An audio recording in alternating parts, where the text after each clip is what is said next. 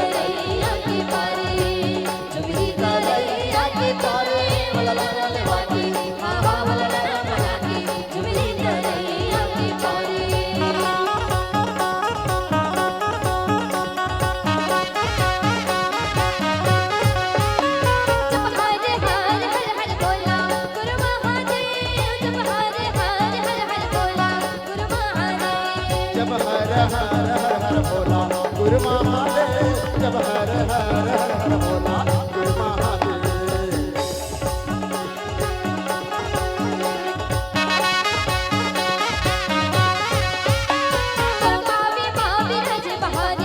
चंदन खड़वा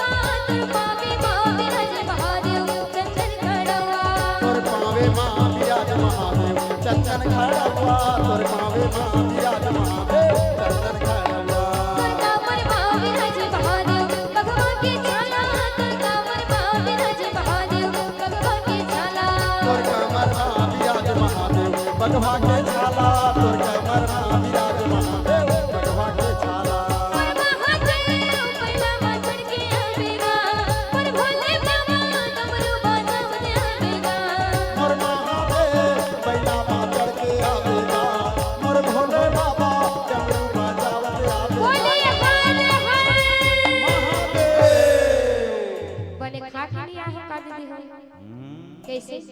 भंडारा में बहुत सुंदर भोजन बना रही थे।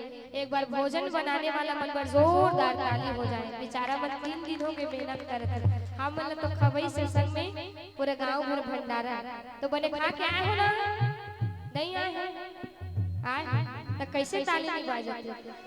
चलो मोर संग में जब मुझे लगाना है, एक बार जाती मिलाती।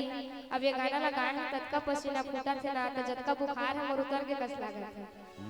हाँ चलो सब लोग मिलकर एक बार आधा लगेगा हूँ और आधा जतका बैठे थे मन मोर महादेव बैला में चढ़ के आवे ना, और एक बार डमरू बजावत आवे ना, जोर से आवाज आना चाहिए। जाती मिलाती ऐसा मौका बार बार नहीं मिले। चलो गाओ ना, हाँ इससे पूरी टिटका से हिलाओ बस।